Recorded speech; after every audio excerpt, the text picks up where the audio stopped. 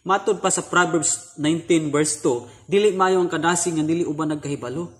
Now, kana nga klases kadasig, wala nato na uban ni agkabalo kay ang tinuod nga kahibalo makuha nato diha sa pulong sa Ginoo.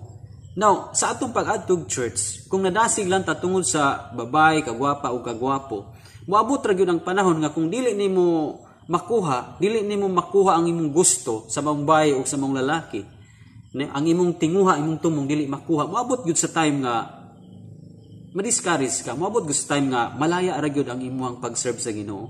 Ang naka-worse pa gyud kay daghan karong nahitabo niya nang ni-stop, dili na magpakita sa church. Okay? Sakit kayong pamalandungon guys. Daghan yung maigo ni ato mga sambingay karon. Munang ato ning gituyo ning mga sambingay para pagpamata sa mga tao nga lahi rang giapas. Dunay mga tao nga physical ra gyud nga mga panginahanglan ang ilang giapas nga musimba sila.